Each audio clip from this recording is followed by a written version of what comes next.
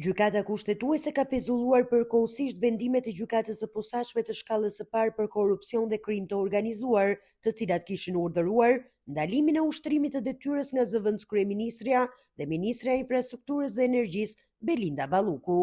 Vendimi erdhi pasi kryeministri Edi Rama paraqiti një ankim në kushtetuese duke kërkuar shfuqizimin e masave të përkohshme që sipas tij cënonin imunitetin kushtetues të një antari të Këshillit të Ministrave, si dhe parimin e ndarjes së pushteteve.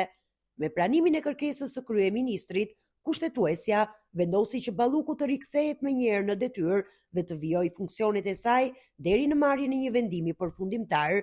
Megjithatë, ministrja mbetet në hetim nga SPAK dhe vijon të ketë statusin e të pandehurës në hetimet për aferat e dyshuara në tendera me vlerë rreth 210 milion euro.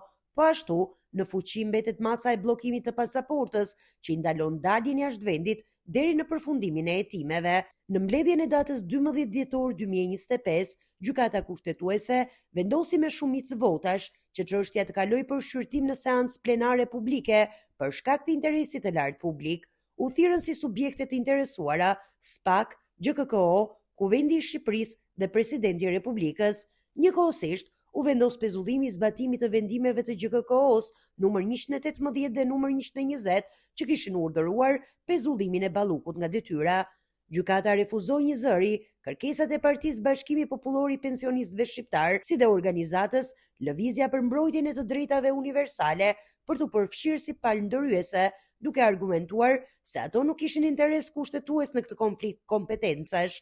Seanca plenare është caktuar të zhvillohet më 22 janar 2026 në orën 10, ku pritet të shqyrtohet në themel konflikti institucional mes ekzekutivit dhe GKKO-s.